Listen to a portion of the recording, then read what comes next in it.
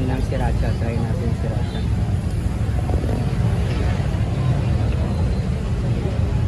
Mangang ah. Diba? Tapos ito, ginawa ko lang gravy rice. Grabe yung gravy.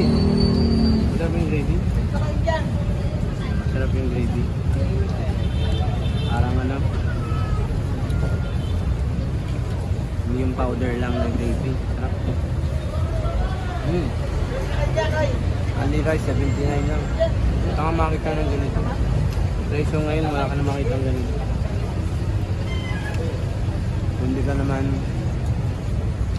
if you don't mind sitting on the floor, di ba? Magdala ka na lang ng tissue.